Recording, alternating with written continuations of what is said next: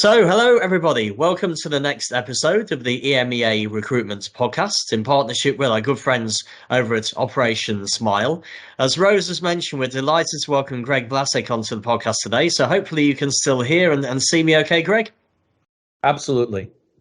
Perfect. Good stuff. The wonders of modern technology isn't failing us today, which is good. It's good news. Obviously, we got a lot of great questions to go through, some of which have come from the network externally, some internally here in the business. But I thought a nice question to kickstart the conversation linked to Operation Smile, who we run the podcast with, is so maybe what was the last thing that made you smile, Greg? Actually, that was this morning, huh?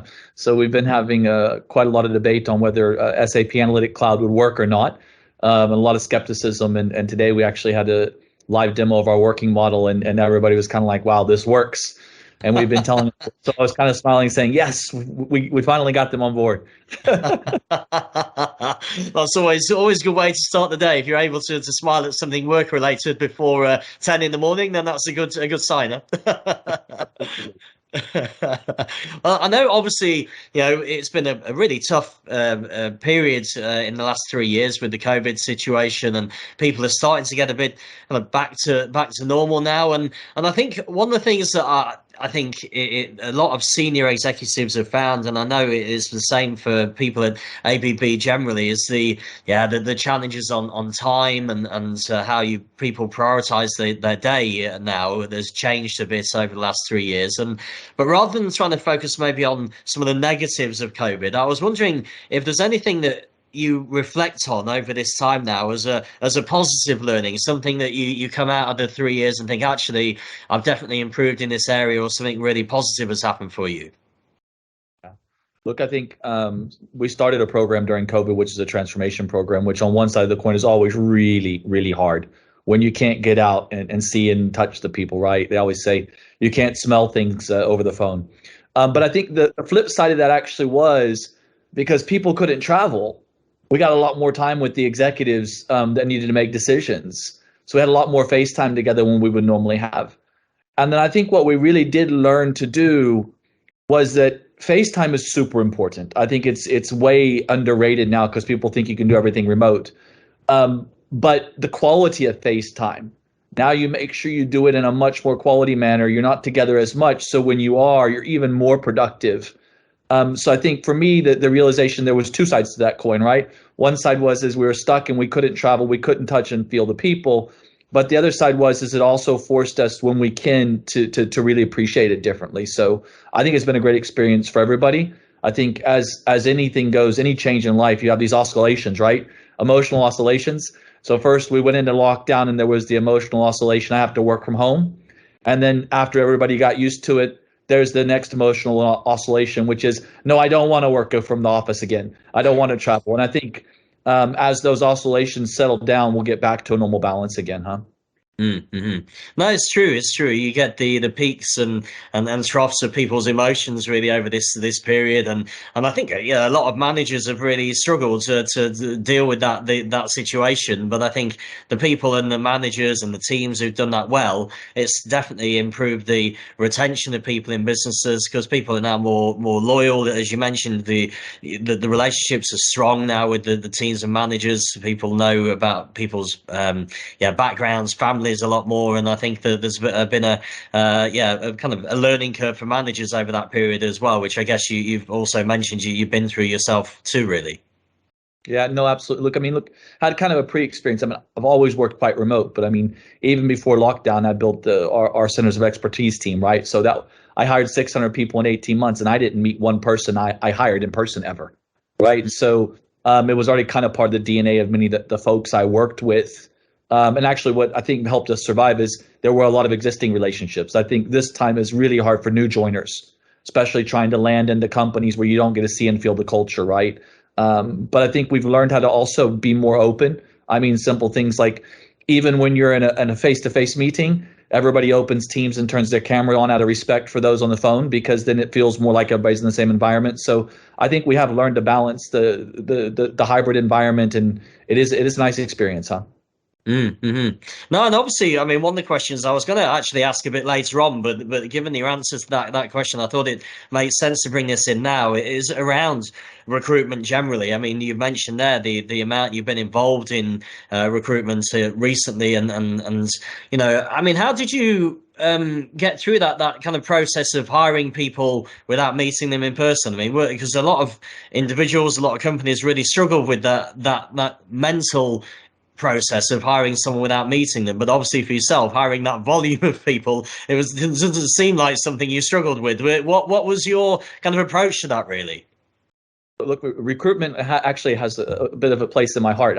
I worked for Adecco for 6 years, huh? Mm. And so I understand the value of the recruitment industry a whole lot, huh?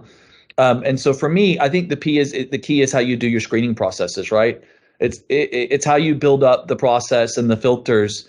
And really, the key for recruitment has always been that the initial work for me is done by someone independent of the hiring manager, right? So you've got all the checks there. And when they're doing those checks for me, it shouldn't just be the check on the technical skills. It's the getting things done, the people skills. And so when you get presented with folks, you get presented with people that are already pre-screened to meet the culture of your company. And then the manager can have the discussion about do they work with me or not, huh? And I honestly don't have a difference between able to do that in person or over the phone. If you've got a good video behind and taking someone through an experiential discussion. So I'm actually quite used to the recruitment without seeing people in person. I'm very comfortable working with people remote, but that's a learned muscle, right? That's not something everybody has. I see it with a lot of our executives who never really wanted to spend one day working from home because they haven't learned how to read the cues of folks over the video and through the tone of voice. They also need the cues of the body, right? So I think it really just comes down. You got to train yourself to be comfortable with it. I think we've all had 3 years of inundation with it, where there really wasn't a choice now, right? Mm-hmm.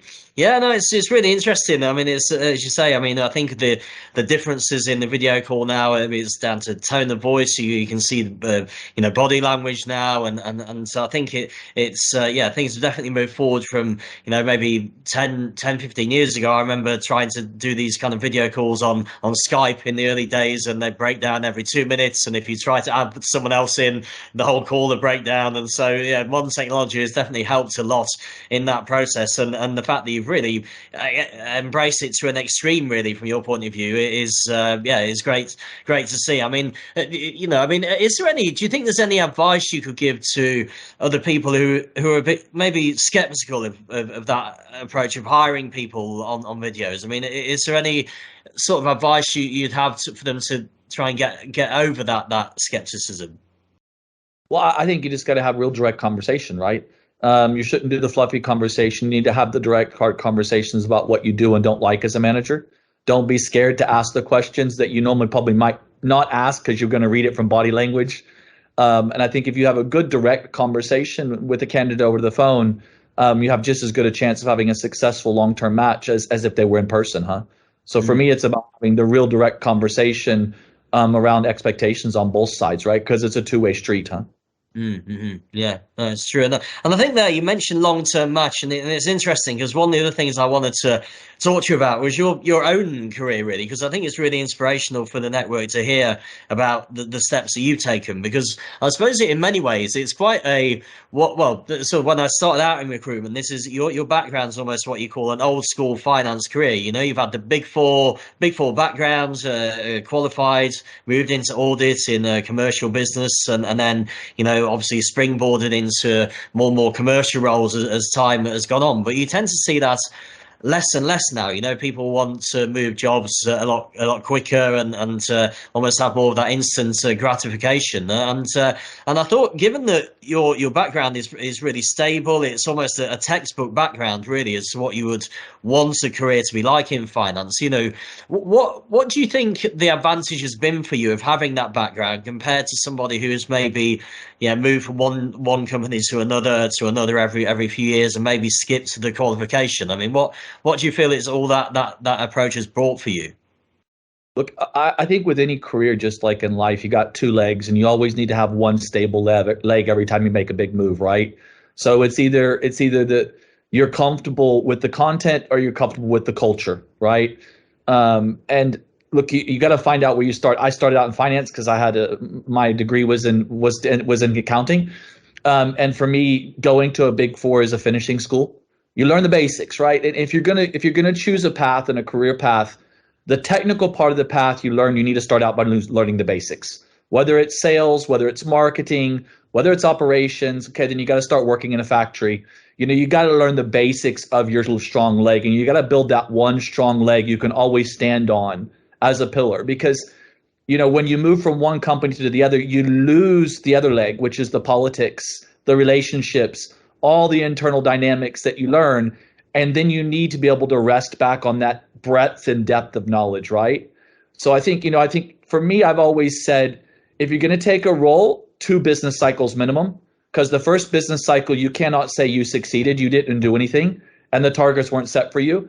The second business cycle, you get a chance to prove. The third one's the real prover, because the third one, you also influenced all the targets, and then you have to deliver on them, right? It's repetition.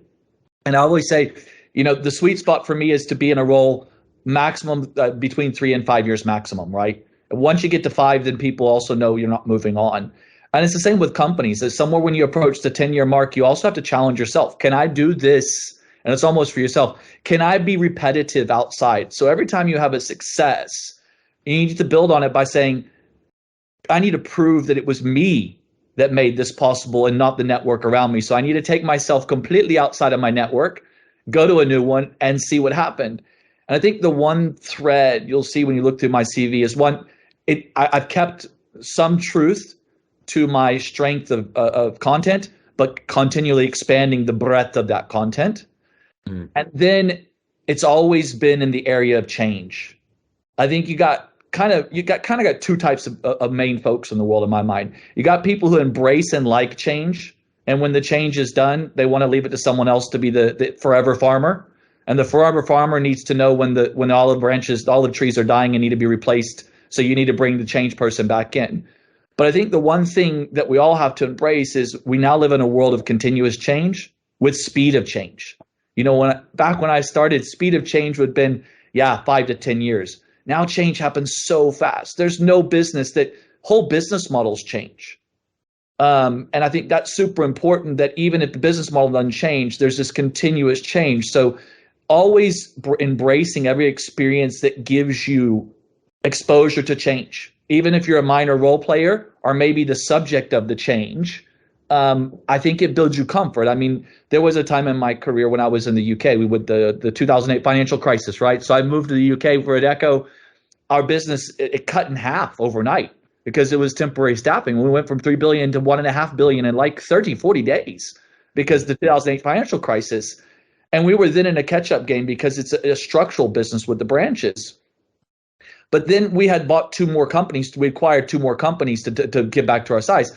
But each time we acquired the companies, I had to re-interview for my job.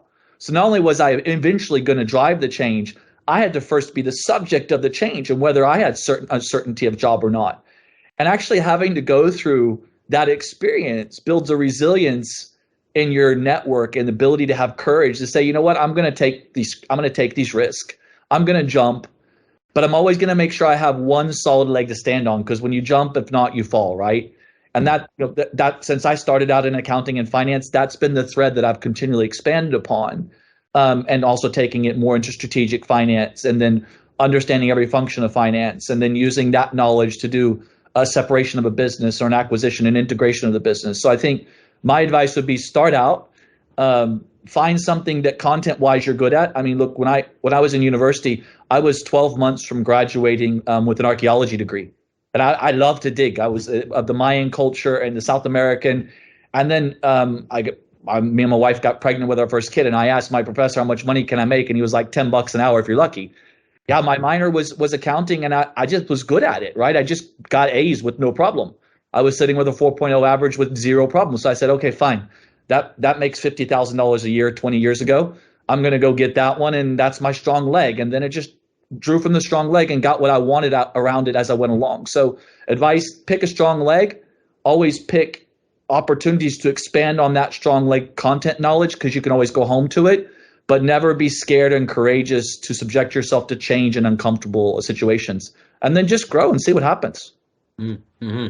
No, it's really interesting, Greg, as you're going through this and the decisions you've made. You know, you often find people who are really successful have pushed themselves out of their comfort zone. They're continually learning, they're wanting to grow and develop, but also they're quite grounded in knowing what the core things are that they enjoy and what makes them successful. Because I think if you enjoy your job, then it becomes less of a job. It becomes something you enjoy and you want to do well in without feeling like it's a job, you know. So, and I think it feels like you've got ticks next to a lot of these boxes, really. So I thought, you know, obviously now being in the group SVP role at ABB, I thought it'd be good to ask you how it feels now. You know, we've talked a bit about what's got you to this point, but how do you actually feel now you're in this role at ABB?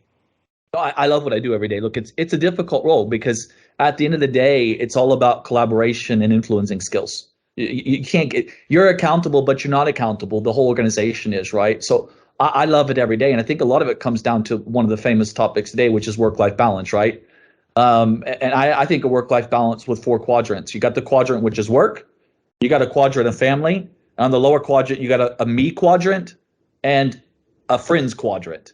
And everybody has to figure out how to balance them. For me, when I overwork, the quadrant that I don't want to suffer is the family. I have 5 kids. So I protect the family quadrant always. And that means if I'm working too much, the balance is going to happen on the friends side or the me side. And those are actually important for mental health. So you've got to make sure you have enough me time and also enough time for friends, because without those, you can't be successful in work. So, you know, the work life, it goes into it. And the role I have for me, luckily, gives me the ability to manage my own work life. It's in my hands. It's a high stress job, but I really feel comfortable. I enjoy where I am. I enjoy this is not an American company. You know, we're a true European company. We're not a German company. We're a true consensus build, federated company, like any Nordic country or any Swiss company, you know. So everything is like the UN or everything is like the European Union. It all takes significant discussions, but that's an art, and I actually enjoy it. And this role is the center of that, because transformation is the center of, you cannot force people to transform. They have to come along or they have to go. So you really have to spend a lot of time to bring everybody along. And I enjoy that. Mm. I mean, it's what's interesting. You mentioned you've got these quadrants that you, I guess, analyze your time by, and I think, yeah, having five kids is a handful. So you've got to make sure you spend the time with them. Obviously, time with yourself, the role, and so on. But I mean, how do you actually do that? Because you know, I mean, I think you know people as well as I do who find they can get very stressed and they're working at extreme hours, and it's a bit of a downward spiral if they're not careful, because you're trying to get some kind of focus on home life, work life, time for yourself as well, is very difficult. So I mean, how do you tend to do that, given that you've got, you know, a high profile job in a fast growing, fast paced business, a huge project, 5 kids to look after? That's it's a lot to look after. So how do you actually structure your time to do all this stuff? Well, for me, I don't think there's a magic formula, right? But I think you have to listen to your body, you have to listen to your mind and your heart. And you have to be in tune to hear it. It will tell you when things are wrong. Your body will tell you when things are wrong. Your mind will tell you when things are wrong. Your family will tell you as well, right? So you just kind of got to be in tune and always think. And someone once told me, you always have a choice. Mm-hmm. And the key for me is take control of your own career. Be courageous. Your boss does not own you. The company does not own you. You set the pace at which they use you, because they are, by nature, a business will use you, right? And you've got to set your limits yourself. And you have to be courageous enough. If that doesn't work, then you have to move on to a boss that will accept it. For instance, I block my calendar every day between 12 and 1. Everybody knows between 12 and 1, I don't work, and I don't care how important it is. Second, I'm not a heart surgeon. If I don't pick up the phone, nobody is going to die today. Nobody is going to lose their job. So unless it's absolutely a critical emergency, the world is going to blow up, before 8 o'clock and after 6 o'clock, I don't take phone calls. That's reserved. And you have to abide by it, because most of us are not heart surgeons. We're not EMTs. We're not firemen. If we don't show up that one time, or we don't answer the phone that one time, big deal. I mean, the other day I turned down 3 phone calls from an EC member 3 times in a row, and I just told him I don't have time right now. And that's nothing personal. They're human beings like the rest of us. And then you get back to them. So I think what I'm saying is you have choices and you need to make it clear what those choices are. And if those choices end up being a reason why the company says you don't fit with them, better to admit that than to live in it, right? Better to admit that. It's just like before you end up getting married, better maybe to figure out if it's the wrong match or not and make sure it works. And so I think you have to be very courageous to up front.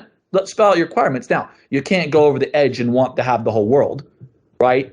But you need to have some reasonable limits you set for yourself, and then you need to make sure everybody is aware of them and that those are your limits. I mean, sometimes I'll say, okay, I'll take a meeting lunch, and everybody's like, no, Greg, you don't do that. We're not going to let you break that limit that you set for yourself.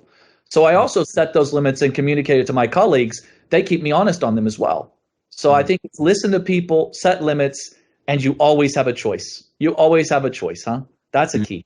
Mm-hmm. No, it's really interesting, and a lot of what you're talking about here are things that I've read from various management leaders and so on into how to structure the day, how to focus, and how to bring value to everything that you're doing. So, I mean, is there any particular mentor you've had in the past, or any management leader that has really stood out to you, that sort of moved you in this direction? Because, as I say, you know, the way you think, the way you structure your day, the way you've structured your career, it's almost like a textbook way of doing it. So there's so many people that would be in envy actually of what you've built, but it takes a lot of hard work and dedication to do it. So I was just wondering if there's any thought leader, management leader, mentor that's really stood out to you that would that would be worth mentioning today as well, really. Yeah, so I'll first shatter the reality of all the young ones. Textbook smarts are almost meaningless, right? Go get your master's at Stanford, Yale, Harvard. I don't really care. That's your entry ticket. That knowledge is the entry ticket. The real knowledge you only learn with experience. Real wisdom only comes with time in and experience. Someone can tell you all day long in textbooks, you know, a candle is hot and will burn you. But the real knowledge of that burn does not happen until you stick your finger in it. So don't be scared to make mistakes. And I wouldn't say it's any one mentor. For me, when you have relationships at work, don't think what textbook you can get out of them. Watch your leaders. I've been lucky enough to have really great role models around me that have role modeled right behaviors, and I've read and pick up on them. And I think at a certain age, everybody becomes a product of their environment. And so that's why it's so important. A job interview is as much you choosing the employer as the employer choosing you. I always say when I take an interview, I need to make sure I can be successful working for that company with that person. That's my choice. And their choice is, they think I can be successful with them. So a job interview is for the candidate as much as it is for the employer.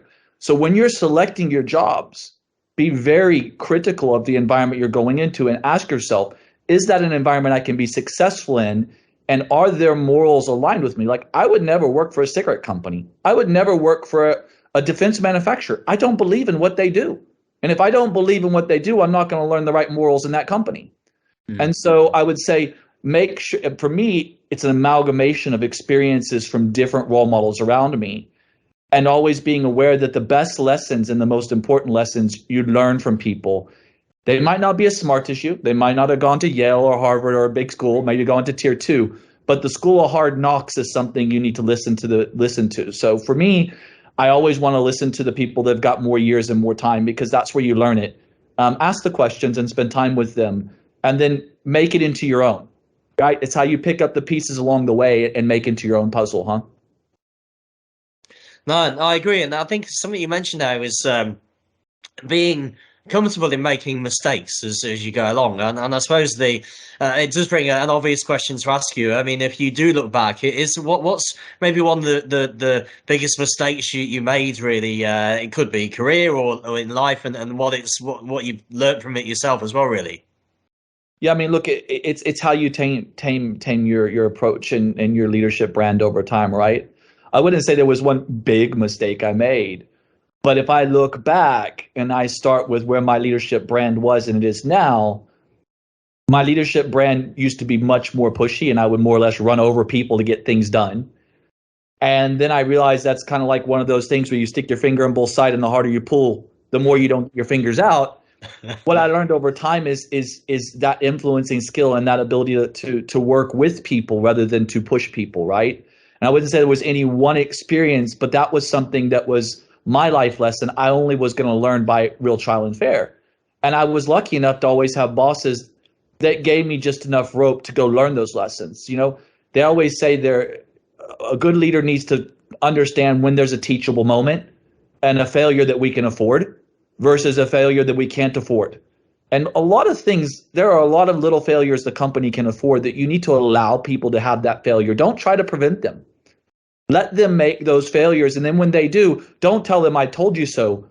You need to, through questions, ask them how it felt, what happened, and how they felt it was, and let them self-discover the mirror on their own, right? So I would say, well, there wasn't any one mistake, but the approach over time is learned through the experience of always reflecting on what made me successful or not what every time I debrief, right? So it's a lot of self-reflection and always being open to all feedback, never getting defensive. Whatever somebody gives you, it's their perception, so there's some fact in it. Take it away, understand it, and decide if you do or do not want to do something about it. Because just because you get negative feedback, that doesn't mean you want to change that part about yourself, because every negative is also a positive, right? You have to make those decisions on your own based on the toolkit you've developed. Mm-hmm, mm-hmm. No, it's true. It's really interesting. I think, again, you know, one of the themes that I guess has run through the conversation is around learning, change, transformation. Obviously, it's something you enjoy, a big part of your role. And I thought the last subject I really wanted to bring up with you was around the area of BI and data, because clearly it's a huge subject in our lives generally at the moment, but especially in the finance transformation area. So I was just wondering your thoughts really on how you feel the added influence of BI and data is going to impact the finance function of the future, and the roles that you guys are going to play within that, I guess. Yeah, I would say, look, this is the revolution that is just now becoming reality because technology allows it. We always knew data was important. The problem was the technology didn't allow us to have one data model, one language. And for me, BI is only as good as the underlying language, right? So for me, data is the language of your business. You can't have different dialects. Otherwise, different parts of the business can't talk to each other. So you get to decide what your language is. You got to set rules around that language, and you got to make sure different dialects don't pop up. Otherwise, the business can't communicate. So for me, it's data, data, data. I would say all transformational motives today are data-driven transformations. The whole current SAP movement with central finance, it's really about getting your data model right. And there are companies that say they have it right, and then when you lift the hood of the car, the wiring is rubbish below. Then there are companies that say they don't have anything, but actually when you look below the hood, it's actually pretty good. So this is the future with the cloud world. And let's say these best in breed cloud apps that are coming, the old ERP is dead. SAP knows that. With Salesforce.com or Workday or any of these other best in class breed modules, the idea that's going to hold them all together. And for me, that's the value of the cloud providers. They're not hyperscalers in my mind that save me money. They're going to be the platform like an iPhone or a Samsung. And when they start out, they're divergent. They have different app platforms, but they come from different backgrounds, right? Google comes from data analytics and their blood off web-based analytics. Amazon comes from the retail side of data. And Microsoft comes from the traditional software side of how to use data through Microsoft Office. They all three have a speciality they're going to bring you with their product, but they will converge over time so that we have a common set of apps sitting on top. Where I say I need this analytics, and with minimal work, I can plug it into my data set, but that's not going to work until we're all in the same data set. And the more you see the convergence, the more what we're going to see is businesses are going to converge to the same data models, and we have no choice. The governments now want to plug directly into our ERPs and suck the data out to do our tax bills for us with no adjustments. This is only going to increase. This will not decrease. It will only get more and more that the endless use of this data goes all the way to government reporting, especially with ESG. ESG is financial reporting on steroids, And it is the future, whether we like it or not. There is way too much money, just like in the dot-coms, being invested and issued into sustainability these days. We will succeed with sustainability now as humanity. Just like when the dot-coms, I remember when we first started in the 80s, nobody thought this internet would do anything. But when the money really started flowing on the capital markets in the 90s, and we had the dot-com explosion, and then we had a burst, but then we were in the digital revolution. The same thing's about to happen with the sustainability. When you see people issuing billions of dollars with the bonds, when you see private equities and startups attracting billions of dollars, this topic will go forward now. And ESG reporting and the data behind it will be the lifeblood for every organization, whether we survive or not. So for me, data and finance converges. And the thing is finance is the only organization, or only part of an organization that's good at process. It is what it is.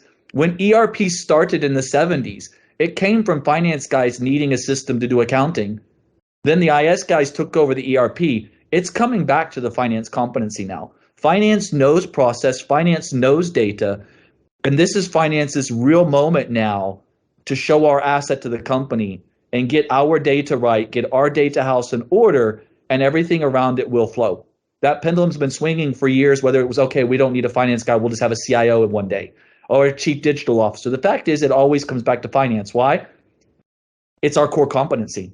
Like I said, finance folks know data, finance folks know process. HR folks don't know process. They're not wired that way. So the organization will continue to look to finance to get the data house in order because it's our competency. Mm-hmm. And it's something we've had to live by because it is what we do. So I think there's a super exciting future for finance functions. I think if I look at all the transformations out there, I'm a member now, a self-started group. Me and another guy founded a peer sharing group for S4HANA Finance. We've got 25 companies now signed up, peer-to-peer, no consultants. And the theme is the same across all of them. Everybody starts their data transformation now with finance. Get the finance data right. Get the finance master data governance right. The rest will follow. And that is the trend now for a reason. The finance core will be the heart of the next transformational leap, huh? And I think we've experimented with digital for so long that everybody's come back to the same thing. We got to get good data to have digital work. Got to have good data. And that's where we're going, huh? I think it's an exciting time for finance. Mm-hmm. No, and you can see that in your enthusiasm and drive for what's coming around the corner. You know, I mean, it's, as you say, really exciting time for the discipline with all the challenges that are there, the transformation angle to it all as well, and it continues the theme of what I guess you've been talking about through the conversation as well. So, I mean, I suppose the last question for you would be, you know, if you were starting out your career in finance now, because I guess if we look back on something you mentioned earlier, you found the love of the transformation and change, and then clearly that was something you really focused on moving forward and getting the cultural fit right with the companies you chose to join. But given what's ahead for the future of finance, which you just mentioned, if you're starting out in finance now, would you decide to go down that kind of route of BI data finance related work or sustainability finance related work? Would you do it slightly differently compared to how you started off in the Big Four route? Look, I'd say career and everything in life is a sum of your choices and being in the right place at the right time, right? Everything, a lot is, I don't want to call it luck or fate. There is just, sometimes you're there and things will work. If you'd have been there a week earlier, it wouldn't have worked. Would have I changed anything? No, because one of my tenets of life is no regrets. I never do anything I want to regret. I learn from it. Regret is a negative statement for me, negative connotation. So everything I do is a learning moment and no regrets. Would have I done it different? I'm not sure I would have had a choice. It's about having the finger smelt, the feeling to know when it's time to make a move. And every career move I've had hasn't been one I initiated. I'll be honest with you. I was at KPMG. I was working at Adecco. It was initiated by someone saying, hey, this is the right place to go. Even when I was in KPMG and I moved from the US to Switzerland, it was a friend that called me and said, hey, I think you'd like to be here. When I moved from Adecco to ABB, it was also a friend who said, why don't you check this company out? So every career move has been a combination. It actually wasn't hunting for moves when I went. They found me. So I also believe that when it's time to make a move, the environment will tell you. You just need to read the signs. So if I'd have done it different, I'm not sure I'd had a choice to do it different because I think I just went with the flow of the water, and that's where the river took me, right? When I got there, I didn't have to make a choice left to right. The current pushed me left on its own. I think you got to have the courage to let life take you as well where it's going to take you. But I would say I would have always go back to wherever I'm going to go. I want to have depth of knowledge on something content that I'm good at and that I get before I move forward. Whatever that is for you as a person, you need to have one depth of content area because that's your door opener. When everything else fails, if you know what you're doing, 99 out of 100 people around you probably don't. And if you're the one who knows what you're doing, then it gives you a second chance always. So pick something that you are the best at and you know what to do better than anybody else and continue to expand upon it.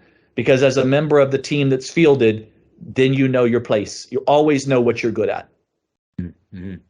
Oh, I can't think of a better quote or soundbite to end this podcast on. To be honest, Greg, I think that was a great ending to it, and I think just a huge thanks for spending the time with us today. I think it's been really inspirational for myself. I know the network will take a lot from it. I mean, I think the whole approach you have to life, career, and the chances that you've taken, the approach you have in terms of seizing opportunities and learning and developing, and keeping the balance with your work and family life is really inspirational. And I know a lot of people will be listening to this thinking, okay, we need to be a bit more like Greg in our lives, I think. So given that, if any of the network wants to reach out to you, what's the best way they can connect with you, Greg?